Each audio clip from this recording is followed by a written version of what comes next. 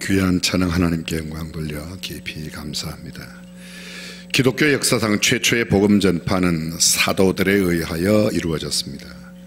사도행전 1장에서 5장까지 기록된 예수님의 성천과 마가의 다락방에 모여 저녁 기도에 힘썼던 120명, 그들 모두가 오순절날 성령을 충만히 받고 나가 복음 전파자가 되었습니다. 그들의 은혜는 성령의 지배하심 가운데 있었고 민간에는 표적과 기사가 그들을 통하여 많이 나타났습니다. 수많은 사람들이 예수를 믿고 주님께 돌아왔습니다. 하루에 3,000명, 5,000명씩 되었습니다. 당시 종교 지도자들과 정치 지도자들로부터 심한 박해와 핍박이 있었지만 초대교회 사도들과 성도들은 조금도 굴하지 아니하고 복음을 전파했습니다. 그들은 공회에 끌려가 신문을 받고 매를 맞고 투옥을 당하였지만 복음 전파의 사역은 조금도 고삐를 늦추지 않았습니다.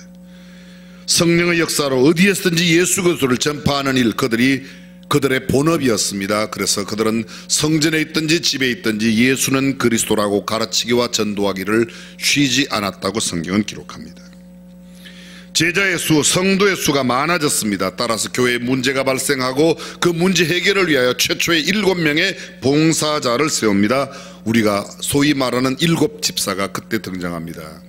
형제들아, 너희 가운데서 성령과 지혜가 충만한 사람 7을 택해라. 그리하여 그들을 세웠습니다. 스데반과 빌립과 브로고로와 니가노로와 디몬과 바메나와 유대교에 입교한 안디옥 사람 니골라, 이렇게 7명을 세웠습니다. 그들을 사도들 앞에 세우고 기도하고 안수하여 교회 일을 감당하게 하였습니다. 사도들은 기도하는 것과 말씀 전하는 것을 전무했습니다. 하나님의 말씀은 점점 왕성하였고 예루살렘에는 제자의 수가 더 심히 많아졌습니다. 심지어는 허다한 제사장의 무리들도 예수님께로 돌아왔다고 말합니다. 그런데 이들 최초의 7명의 봉사자의 조건이 있었습니다. 크게 2가지였습니다. 하나는 신앙적인 조건이고 다른 하나는 인격적인 조건이었습니다. 신앙적인 조건, 믿음과 성령과 지혜가 충만한 사람이었고, 인격적인 조건은 칭찬 듣는 사람이라고 말합니다. 사랑하는 성도 여러분, 하나님의 일, 교회의 일은 어떤 사람이 하면 좋겠습니까? 경험이 많은 사람, 학식이 많은 사람, 많이 배운 사람, 세상에서 권력과 힘을 가진 사람, 물질과 돈과 재능이 많고 탁월한 사람, 사회적인 지위나 명성이 있는 사람? 성경은 그렇게 말하지 않습니다. 성경은 이렇게 말합니다. 성령과 지혜가 충만한 사람이, 믿음과 성령이 충만한 사람이, 은혜와 권능이 충만한 사람이. 아멘. 너무 빨라서 아멘 할 시간이 없어서 그래요? 네. 성경은 이런 사람이 하나님 일을 한다고 말합니다. 칭찬 듣는 사람. 그 말을 쉽게 말하면 어떤 말이에요? 괜찮은 사람이라는 거예요. 좋은 사람이라는 겁니다. 그냥 우리말로 그 사람 참 좋아, 그 사람 참 괜찮아, 그 사람 예수님 믿는데 이상해, 이거 곤란한 거예요. 의외로 많아요. 비난받는 사람, 손가락질 당하는 사람, 그런 사람이 아닙니다. 세상에서 똑똑하고 잘난 사람, 유명한 사람, 가문 좋은 사람, 문벌 좋은 사람, 많이 가진 사람, 이런 사람들이 아닙니다. 성경은 말합니다. 좋은 사람, 괜찮은 사람, 칭찬 듣는 사람, 존경받고 사랑받는 사람, 우르름의 대상이 되는 사람, 모범적인 삶을 살아가는 사람, 닮고 싶은 사람, 하나님의 사람들이 하나님의 일을 한다고 말합니다. 이러한 사람 7명 중에 오늘 우리가 함께 해보고 싶은 사람, 스데반입니다. 이미 스데반을 우리가 너무도 잘 알고 있습니다. 그런데 또 다른 면으로 스데반을 생각 좀 해보려고 합니다. 첫째, 스데반은 어떤 사람인가? 그의 얼굴이 천사의 얼굴과 같았던 사람이라고 말합니다. 사도행전 6장 8절에 보면 성령과 지혜가 충만한 사람 7을 택하였는데 그 중에 스데반에 관한 이야기가 이렇게 납니다. 스데반이 은혜와 권능이 충만하여 큰 기사와 표적을 민간에 행하니, 한 절 더 건너서 10절에 보면 스데반이 지혜와 성령으로 말함을 저희가 능히 당치 못하여. 그렇습니다. 성령과 지혜와 은혜와 권능이 충만함으로 말씀을 전하고 복음을 전했던 사람, 그가 스데반입니다. 근데 당시에 이를 업신여기고 무시하고 업신여겼던, 아주 우습게 알았던 사람들이 사람들을 시킵니다. 그들에게 가르쳐 말시키되 이 사람이 모세와 및 하나님을 모독하는 말 하는 것을 우리가 들었노라 하게 하고, 쉽게 말하면 돈을 주고 교사를 한 겁니다. 사람을 매수를 했습니다. 그래서 이 사람들이 하지도 않은 말을 했다고 시켰습니다. 백성과 장로와 서기관들을 충동시켜 와서 잡아가지고 공회에 스데반을 끌고 갔습니다. 쉬운 말로 법정에 끌고 간 거예요. 매수당한 거짓 증인에 의해 공회 앞에 섰습니다. 법정에 섰습니다. 온갖 모함을 받습니다. 조롱당하고 비웃음을 당했습니다. 정상적인 인간으로서는 할 수 없는 일을 스데반에게 행했습니다. 얼마나 억울하였겠습니까? 얼마나 분통 터지는 일이었겠습니까? 섬기는 일을 위하여 선택받은 하나님의 사람이 잘못한 일도 없는데 법정에서 신문을 받습니다. 그들을 신문 받게 했던 사람이 성경에 이렇게 말합니다. 리버디노 구레네인, 알렉산드리아인, 길리기아와 아시아에서 온 사람들의 회당이라 하는 각 회당에서 일어난 어떤 사람들이 스데반을 그렇게 만들었다는 겁니다. 여러분, 여기에 지금 들고 있는 리버디노 구레네 사람, 알렉산드리아 사람, 길리기아 아시아 사람, 이런 사람들의 회당이라고 말합니다. 회당에는 누가 모여요? 유태인들이 모이는 겁니다. 이 사람들은 팔레스타인에서 자라난 유대인들이 아닙니다.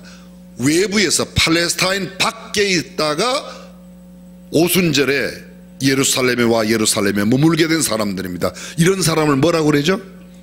팔레스타인에서 있었던 사람들을 히브리파 과부라고 그러고, 다른 지역에 갔다가 온 사람들을 갖다가 헬라파 과부라고 말합니다. 이 사람들 유대인 가운데 전통적인 유대인으로 팔레스타인에 살아온 사람이 아니라 저기 길리기아, 아시아, 리버디노 구레네 사람이란 말은 아프리카입니다. 알렉산드리아가 아프리카입니다. 타 지역에 있다가 온 사람들입니다. 근데 그런 사람들을 도와주기 위해서 뽑힌 사람이 7집사예요. 자기네들을 돕는 사람인데 그 돕는 사람의 대표격인 스데반을 법정에 끌고 갔습니다. 그리고 억울하게 누명을 씌워 그를 아주 어렵게 만들고 핍박을 가하고 박해를 가합니다. 은혜를 원수로 갚는 배은망덕한 일을 하고 있는 사람들이 바로 그들이었습니다. 그런데 이러한 가운데 우리의 주목을 끄는, 시선을 끄는 한 구절이 있습니다. 6장 15절 마지막 절입니다. 공회 중에 앉은 사람들이 다 스데반을 주목하니 그 얼굴이 천사의 얼굴과 같더라. 그 얼굴이 천사의, 누구의 얼굴과 같았다고요? 이것이 가능할까요? 이런 일이 정말 있을 수 있을까요? 어떻게 박해 가운데서 이런 천사의 얼굴을 할 수 있을까? 핍박 속에서 지금 억울하게 누명을 쓰고 있습니다. 갖은 고난을 당하고 있습니다. 그런데 그의 얼굴은 빛나는 광채를 가지고 있다고 이야기하고 있습니다. 성경에 얼굴에 광채를 발한 이야기가 출애굽기 34장에 보게 되면 모세가 2개의 증거판을 가지고 손에 들고 내려왔었을 때에 자기가 여호와와 말씀하였음을 인하여 얼굴 끝풀에 광채가 나나 깨닫지만, 자신은 알지 못하였지만 자기 얼굴에 광채가 났다는 겁니다. 마태복음 17장 9절에 보게 되면 예수께서 변화산에 올라가십니다. 그 변화산에서 베드로와 야고보와 요한 가운데 예수님이 변형되사 그 옷 희기가 아주 눈 같고 얼굴에는 광채가 났다는 표현이 있습니다. 얼굴에 광채가 난다. 자, 여러분 잠깐 여러분 옆 사람으로 시선을 돌려서 얼굴을 뚫어지게 한번 바라보십시오. 광채가 나요? 칙칙해요? 병색이 짙어요? 얼굴이 뭐예요? 얼굴이. 저는 말씀을 준비하다가 얼굴에 대해서 좀 찾아봤습니다. 제가 놀라운 걸 처음으로 깨달았습니다. 얼굴이 왜 얼굴이냐? 그 얼이라는 말은 늑, 영혼을 가르칩니다. 굴, 통로래요. 토로.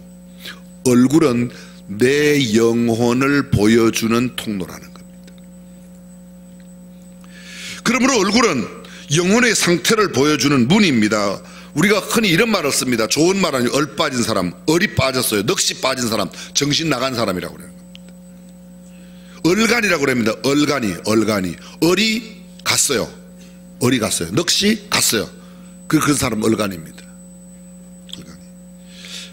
어리석은 사람이라고 할 말이 뭐냐? 얼이 썩은 사람이래. 얼이 썩은 사람, 넋이 썩은 사람, 영혼이 썩은 사람. 그게 어리석은 사람이랍니다. 어른이 뭐냐? 어른, 어리 큰 사람, 어리 많은 사람. 어린이가 뭔가? 어린아이. 어린아이는요, 아직도 여린 사람, 영혼이 여린 사람이 어린아이라는 겁니다. 하여간 책에는 그렇게 쓰여 있어요. 진짜인지 어떤지는 잘 모르는데 상당히 일리가 있다는 생각을 가졌습니다. 여러분, 죽은 사람의 얼굴과 산 사람의 얼굴은 확연히 차이가 있습니다. 기분 좋은 사람, 기분 나쁜 사람 얼굴 보면 금방 알 수 있습니다. 화나 있는 사람, 기쁘고 즐거운 사람 얼굴 보면 금방 알 수 있습니다. 사람의 심리 파악할 때 먼저 얼굴을 보는 것은 마음의 상태에 따라 얼굴색이 달라지기 때문입니다. 얼굴 표정은 영혼과 마음의 상태를 보여줍니다. 얼굴은 마음의 색깔을 담고 있는 유리병 같아서 거기에 파란 것을 넣으면 파란색으로, 빨간 것이나 노란 것을 넣으면 빨간색, 노란색으로 나타나게 되어 있습니다. 얼굴은 영혼의 거울이라는 말이 있습니다. 내 마음과 영혼에 무엇을 담고 있는지 얼굴에 나타난다는 말입니다. 얼굴의 외형은 부모의 유전인자에 의해서 결정돼요. 요사이는 얼굴이 상당 부분 성형외과 의사에 의해서 결정돼요. 그래서 요새 천국문 앞에 가면 상당히 복잡하대요. 왜냐하면 천국문을 지키고 있는 천사가 보낼 때의 얼굴 아니고 딴 얼굴을 하고 와서 원본하고 대조하는 데 시간이 상당히 걸린다는 겁니다. 저는요, 사람들이 예쁘게 하기 위해서 성형수술하는 걸 저는 절대로 나쁘게 생각 안 합니다. 나는 도저히 이 얼굴을 갖고는 사람 사이에 다른 사람들에게 시선에 불편함을 줄까봐 예쁘게 만들겠다, 얼마나 그 마음씨가 고와요. 그런데 그걸 너무 여러 번 너무 많이 할 필요는 없어요. 요새 젊은 사람만 하는 게 아닙니다. 나이가 든 사람도 이거 주름을 편다고 여기다가 이렇게 하고 막 이렇게 잡아 당기고 막 별짓을 다 해요. 하여간 이쁘게 되려고는 하면, 이쁘다고 그러면 송장 썩은 물도 막 마십니다. 뭐 섹시하게 보인다 그러면 하여간 무슨 짓은 다 하는 거예요. 보톡스 맞고 뭐 팽팽하게 두들기고 뭐 별짓. 얼굴의 외형은 부모의 유전인자가 결정합니다. 그런데 얼굴의 표정은 내가 만들어내는 거예요. 당나라의 중국의 문화의 전성기가 당나라와 송나라 시대라고 합니다. 근데 당나라 시대에 사람들을 뽑는 기준이 있었어요. 조선시대 우리도 그 기준으로 뽑았습니다. 그게 뭐냐면 신언서판이에요. 신언서판. 그 신이라고 말할 때 사람의 몸을 보는 겁니다. 몸. 근데 몸을 보면 어디를 보는가? 얼굴을 가장 먼저 봐요. 그 사람은 개미 허리 같고 뭐 허리가 날씬하고 암만 허리가 그래도 그 사람 딱 만나면 얼굴 먼저 보지 허리 한번 보자 이러는 사람 아무도 없습니다. 손이 예쁘고 발이 예쁘다, 너 양말 벗어봐라, 발 좀 보자 이런 사람 없어요. 일단 얼굴 보고 그 다음에 지나서 뭐 손이 곱네 발이 어떠네 그 다음 문제입니다. 아무리 미스 코리아 때도 다 얼굴 먼저 보지 옆구리 먼저 보자는 사람 있어요? 옷 좀 벗어봐 옆구리 좀 보기 이런 사람 아무도 없습니다. 얼굴이 그를 나타냅니다. 사람의 얼굴은 수시로 변해요. 사람은 선천적으로 아름다운 얼굴을 가지고 태어나는 사람도 있고 못생긴 얼굴로 태어난 사람도 있습니다. 그러나 한평생 사는 동안 사람의 얼굴이 여러 번 변합니다. 선천적으로 아름다운 얼굴로 태어난 사람일지라도 후천적으로 얼굴을 가꾸지 않으면 추한 얼굴로 일생을 마감하게 되고, 비록 얼굴에 자유가 충만하게 태어나도 표정 관리를 잘한 사람은 훨씬 더 아름다운 모습으로 얼굴을 가질 수가 있습니다. 아무리 미남 미녀일지라도 나쁜 마음을 품고 악한 행동을 한다면 그의 얼굴에서 혐오스럽고 도끼를 내뿜는 끔찍한 얼굴의 모습으로 바뀝니다. 아무리 얼굴이 안 생겨도, 죄송합니다 표현이, 그냥 이쁘지 않은 것 같아도 늘 고운 마음을 갖고 남들에게 사랑을 베풀고 행복하고 기쁘고 즐겁고 유쾌하게 살면 그의 얼굴 표정이 달라지는 줄로 믿습니다.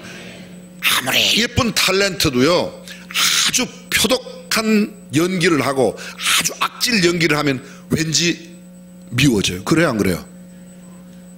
저는 그래요. 저는요. 근데 별로 안 생긴 것 같은데 마음씨가 곱고 하늘이 너무 사랑스럽고 그러면요 그냥 이뻐 배는 겁니다. 얼굴에 쏙쏙 들어간 고기 속에도 막 복이 소복소복 들은 것 같고. 옛날 어르신들이 그러더라고요. 한때 의과대학생들 성형외과를 가장 많이 선호했는데 성형외과에 많은 사람들이 몰려와서 예쁘게 하려고 하니까 그랬답니다. 그런데 중요한 것은 그 외형보다도 우리의 마음과 우리의 영혼, 그것이 더 중요한 줄로 믿습니다. 사람들은요, 예쁘게 하면 막 얼굴에 진흙도 막 발라요. 얼굴에만 바르는 게 아니고 막 아랫난닝구만 있고 물에 가서 온몸에 흙을 발라요. 아랫난닝구라고 혹시 아십니까? 온몸에 다 발라요. 시커멓게 칠하고 별것 다. 미를 위해서는 보톡스 맞는 것도 상당히 아파요. 그죠? 어떻게 하냐고요? 저도 맞아봤어요. 아주 오래전에 병원에서 한번 맞아보라고 그래서 뭣도 모르고 맞았는데 나중에 그거 맞았다고 그러더라고요. 지금은 아니에요. 여러분, 인격에서 풍겨나오는 채취, 영혼에서 나오는 은은한 향기, 올곧은 삶에서 느낄 수 있는 꼿꼿함이 그의 얼굴을 통하여 표정으로 나타나는 줄로 믿습니다. 아름다움의 최상급은 그의 인품에서 우러나오는 아름다움이요, 영혼의 거룩한 향기로 나오는 것이지 내가 외모를 가꾼다고 해서 나오는 것은 아닙니다. 우리나라 현대사에 두 인물이 있습니다. 백범 김구 선생님과 이승만 대통령입니다. 얼굴은 매우 대조적입니다. 객관적으로 보면 훨씬 더 이승만 박사가 잘생겼습니다. 그런데 이승만 대통령으로 승자고 백범은 그렇지를 못했습니다. 이승만 대통령 재임 시절에 남산 팔각정에 자신의 동상을 세우고 지폐에다가 자신의 초상을 넣게 만들었습니다. 그때는 본인이 힘이 있었으니까 그렇게 했습니다. 4.19 끝나고 어떻게 됐습니까? 사람들이 이승만 동상에 줄을 묶어서 끌고 다니고 지폐에 넣는 초상 다 지워내고. 백범은 어떻게 됐습니까? 백범은 민족을 위해서 살았습니다. 독립을 위해서 자신의 전생애를 드렸습니다. 근데 남산공원에 동상을 세우고 지금도 그를 참배하기 위해서, 오늘 일부 예배 설교 끝났더니 어떤 장로님이 제게 왔어요. 자기 지난주에 백범 남산 동상 가서 보고 왔는데 그 동상 밑에 가봤더니 예수님을 영접했다고 적어놓았더래요. 지금의 얼굴이 못났다고 비관하거나 잘났다고 어스대지 말고 이 순간부터 내 자신의 얼굴 표정을 위하여 신앙과 인격으로 아름답게 살아야 될 줄로 믿습니다. 백범 선생님 얼굴, 한 대학 신문에서요, 한 대학교에서 설문조사를 학생들을 가장 복제를 한다고 그러면 당신은 어떤 사람으로 복제가 되기를 원하는가? 가장 많은 사람들이 백범처럼 되고 싶다고 그랬어요. 한국 대학생들 아직은 의식이 살아있습니다. 왜 많은 사람들이 백범을 그렇게 머리 조아리며 경배하고 숭배하는가? 백범 자서전에 보면 백범 일지 우리나라 보물로 지정되어 있습니다. 선생은 어렸을 때 수도를 아는데 당신 어머님이 예사 부스럼 때문에, 여기 일어난 얼굴의 부스럼 때문에 죽창을 갖고 그것을 타해서 소위 마마 자국, 천연두 자국, 옛날 말로 곰보라고 그러죠. 그런 얼굴을 가지고 있었다는 겁니다. 백범이 소년 시절 청혼의 뜻을 품고 공부를 해서 과거를 보려고 해주에 경과 과거를 보러 갔습니다. 가봤더니 글도 모르는 사람, 부자들이 돈을 잔뜩 사들고 와서 큰 선비들에게 몇백 냥 몇천 냥씩 주면서 벼슬 사가는 걸 보고 나는 이 길을 가서는 안 되겠다. 그리고 돌아갑니다. 입에 풀칠이라도 하고 살아야 하기 때문에 뭘 할까 하다가 그가 공부를 시작합니다. 석 달 동안 두문불출하고 관상 공부를 하는 겁니다. 관상학을. 저는 관상을 믿지 않습니다. 근데 이 사람은 관상 공부를 했어요. 석 달 동안 열심히 관상 공부를 하고 난 뒤에 거울을 갖다 놓고 백범이 자기 얼굴을 보니까, 이 백범이 자신의 얼굴을 보고 평가한, 자기가 자기 관상을 보는 거예요. 내 얼굴은 천격인데다가 빈격에 흉격을 겸하였다. 천격은 천하고 빈격은 가난하고 흉격은 흉하다. 자신의 얼굴을 자신이 한 거예요. 제가 이 글을 읽으면서 저는 확실히 백범보다는 잘생긴 것 같아요.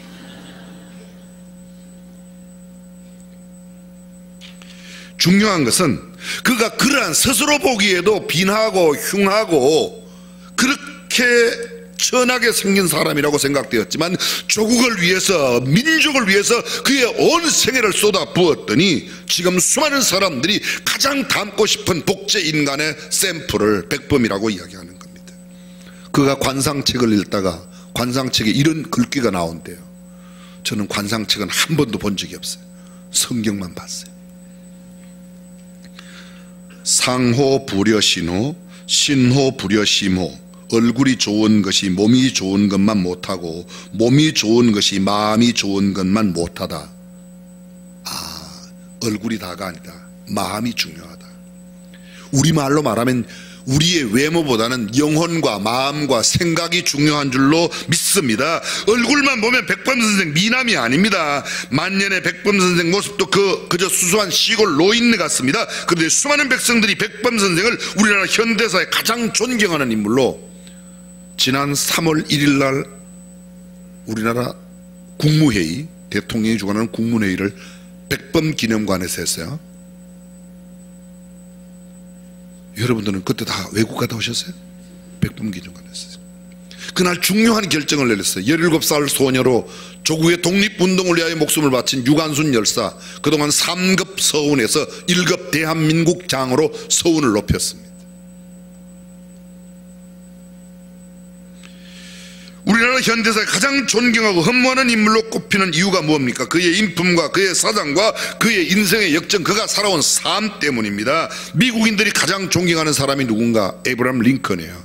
사실 링컨의 얼굴은 좀 이상하게 생겼어요. 그와 함께 경연했던 사람이 링컨의 얼굴을 길쭉한 원숭이라고 이야기할 만큼, 그런데 그는 가장 존경받는 미국의 역대 대통령 가운데 하나입니다. 왜요? 자유와 평등에 자신의 혼신을 기울여 그의 삶을 살았기 때문입니다. 사랑하는 성도 여러분, 우리는 적어도 얼굴의 생김새는 우리가 어찌할 수 없지만 얼굴의 표정만큼은 믿음 충만하고 아름다운 모습을 가질 수 있기를 주님의 이름으로 축원합니다. 스데반이 얼굴에 광채가 났던 사람입니다. 두 번째, 스데반은 그 속에 말씀이 꽉 차 있는 사람이에요. 7장 1절 이하부터 공회 앞에 신문을 받고 있는 스데반이 나타납니다. 2절에 나타나는 이야기가 그들이 신문하고 있는 사람에게 스데반이 말합니다. 여러분 부형들이여, 여러분 형제들이여, 내 말 좀 들어보시오. 일종의 변명이지만 그의 설교입니다. 이 설교, 그의 복음 전파, 그의 내용 가운데 자세히 보면 아브라함부터 시작해서 솔로몬에 이르기까지 구약의 모든 역사를 얼마나 자세하게 꿰고 있는가. 다시 말하면 그는 하나님의 말씀으로 꽉 차 있는 사람이에요. 아브라함의 일대기가 그곳에 있습니다. 그의 할례의 이야기, 이삭과 야곱의 일대 이야기, 요셉의 이야기, 그리고 애굽으로 내려간 이야기, 애굽에서의 종살 이야기, 그가 어떻게 모세의 인도하에 애굽에서 이스라엘 백성들이 출애굽하는 그 이야기, 광야의 이야기, 성막 이야기, 여호수아의 가나안 입국기, 가나안 성전의 이야기, 다윗과 솔로몬의 성전 건축 이야기, 온통 하나님의 말씀으로 꽉 차 있습니다. 저와 여러분들은 과연 성경을 얼마나 많이 알고 있는가? 스데반이 그 말씀을 다 전하면서 예수 그리스도가 구약에 예언된 복음의 핵심이라고 이야기합니다. 스데반의 말씀을 전한 후에 사람들이 반응을 보입니다.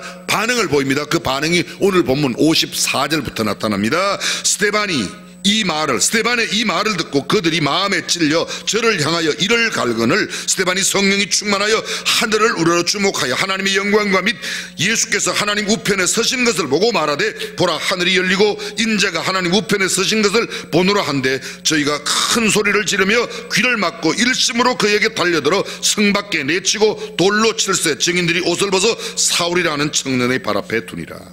여기 보십시오. 이 스데반이 복음을 딱 전하고 났을 때 사람들이 이런 반응을 보입니다. 마음에 찔려, 이 원어의 뜻은 크게 노하여 감정이 격해졌습니다. 무슨 회개로 깨달은 게 아니라 너무 기분이 나빴다는 거예요. 진리가 박해를 받고 있습니다. 그들은 이를 갈며, 이거 원어의 뜻은 분노로 살기가 등등한 모습을 이를 가는 것으로 표현했습니다. 큰 소리를 질렀습니다. 그들이 그 이야기를 듣기를 싫어해서 소리를 질러대는 겁니다. 그 다음에 그들이 귀를 막았습니다. 일심으로 달려들어 돌로 스데반을 칩니다. 그는 결국 순교했습니다. 그의 순교 장면에 마지막 스데반이 보여준 장면을 성경은 이렇게 기록하고 있습니다. 스데반이 성령이 충만하여 하늘을 우러러 주목하여 하나님의 영광과 및 예수께서 하나님의 우편에 서신 것을 보고, 그는 무엇을 봅니까? 하나님의 영광을 보았습니다. 사랑하는 성도 여러분, 여러분이 마지막 인생을, 삶을 마감할 때 여러분은 무엇을 보기를 원하십니까? 난 손자 보고 싶다. 나는 증손자를 봤으면 좋겠다. 내 아들 딸 다 봤으면 좋겠다. 스데반은 하나님의 영광을 보며 운명했습니다. 또 성경은 이렇게 말하고 있습니다. 예수께서 하나님 우편에 서신 것을 보노라. 여러분, 우리의 신앙 고백이 뭐죠? 골로새서 3장 1절, 너희는 위의 것을 찾으라. 거기에는 하나님 보호자 우편에 그리스도께서 계신다고 말합니다. 히브리서 12장 2절에 보면 믿음의 주요 또 온전케 하시는 이인 예수를 바라보자. 저는 그 앞에 있는 즐거움을 위하여 십자가를 참으사 부끄러움을 개의치 아니하시더니 하나님 보호자 우편에 앉으셨느니라. 우리의 신앙 고백은 하나님의 보호자 우편에 주님이 앉아 계세요. 그런데 스데반이 죽음의 장면에서 예수께서 하나님의 보호자 우편에 서신 것을 봅니다. 어떤 신학자가 이 장면을 이렇게 이야기했습니다. 기독교 최초의 순교자인 스데반의 순교를 예수님이 차마 앉아서 보실 수가 없어 벌떡 일어나서 스데반, 네가 순교하냐? 그렇게 보셨다는 거예요. 다시 한번 여쭤봅니다. 우리는 마지막 임종의 순간에 무엇을 보며, 어떤 것을 보며 떠나기를 원하십니까? 스데반은 하나님의 영광을 보았습니다. 예수께서 하나님의 보좌 우편에 서신 것을 보며 떠나갔습니다. 비록 그는 처절한 죽음, 돌무더기 가운데 그렇게 맞아 죽어가지만 하나님의 영광을 보았다. 하나님의 우편에 계시는 예수 그리스도의 모습을 보고 죽었다. 사랑하는 성도들, 저와 여러분들의 임종이 아름답게 되기를 주님의 이름으로 축원합니다. 죽음의 방법이 우리의 미래를 결정하는 게 아닙니다. 죽음의 모습이 우리의 미래를 결정하는 것은 아니지만 적어도 우리의 얼굴 표정 가운데 우리가 어떠한 사람으로 살았는가를 보여줄 수 있는 책임 있는 삶을 살아가는 저와 여러분들이 되시기를 주님의 이름으로 축원합니다. 마지막 세 번째로, 스데반은 예수님처럼 살다가 예수님처럼 순교한 사람이라고 말할 수 있습니다. 불법의 사람들에게 억울한 누명을 쓰고 재판을 나갑니다. 예수님 마찬가지로 그렇게 했습니다. 예수님도 억울한 누명을 썼습니다. 죄 없으신 그분이 죄인의 모습을 하고 돌아가셔야만 했습니다. 불법의 사람들에게 고난받았습니다. 욕을 당했습니다. 스데반은 복음을 전파하다가 이렇게 순교당했습니다. 예수님 하나님의 나라를 전파하시다가 떠나셨습니다. 스데반 순교를 당했습니다. 예수님 역시 십자가를 지고 갖은 고난을 당하고 돌아가셨습니다. 예수님 십자가 위에 마지막 하신 말씀, 우리는 그것을 가상칠론, 십자가 위에 7마디 말씀이라고 합니다. 가장 먼저 말씀하신 내용이 뭐죠? 아버지여, 저들이 알지 못하고 저런 죄를 짓고 있습니다. 저들을 용서해 달라고. 두 번째가 뭐예요? 한편 강도에게 말합니다. 오늘 내가 나와 함께 낙원에 있으리라. 내가 진실로 너한테 이르노니 너와 네가 나와 함께 낙원에 있으리라. 또 이야기합니다. 내 어머니라, 요한에게 마리아를, 어머니를 부탁하는 얘기, 목마르다고 이야기하십니다. 다 이루었다고 이야기하십니다. 마지막 예수님께서 십자가상에서 7번째 하신 말씀이 뭡니까? 아버지여, 내 영혼을 아버지의 손에 부탁하나이다. 오늘 스데반의 마지막 죽음의 장면에 스데반이 외치고 있는 말씀은, 저희가 돌로 스데반을 치니 스데반이 부르짖어 가로되 주 예수여, 내 영혼을 받으시옵소서. 마지막 자기의 영혼을 아버지께 부탁합니다. 그리고 또 그 다음 말씀 60절, 무릎을 꿇고 크게 불러 가로되 주여, 이 죄를 저들에게 돌리지 마옵소서. 이 말을 하고자 하라. 그들을 용서하고 죽었습니다. 스데반의 설교가 성경 속에 나타나 있습니다. 여러분, 세상에 그 어떤 명설교가의 설교도 성경책 속에 기록되지 않았습니다. 그런데 스데반의 설교가 성경에 있습니다. 그는 평신도였습니다. 그럼에도 불구하고 그는 순교의 최초의 면류관을 그가 감당했습니다. 이미 말씀드렸습니다. 스데반의 이름의 뜻이 면류관이라는 뜻이에요. 기독교 최초의 순교자는 예수님의 제자 베드로, 안드레, 야고보, 요한이 아니었습니다. 스데반이었습니다. 스데반이 순교의 첫 번째 순교를 당합니다. 오늘 저와 여러분들 인생을 살아가며 예수님처럼 살다가 예수님처럼 떠났던 스데반의 모습을 배우고, 그 얼굴에 광채가 났던 스데반의 모습처럼, 그리고 말씀으로 충만했던 스데반의 모습처럼 저와 여러분들의 삶도 풍성한 영적인 삶이 되시기를 주님의 이름으로 축원합니다. 기도하겠습니다.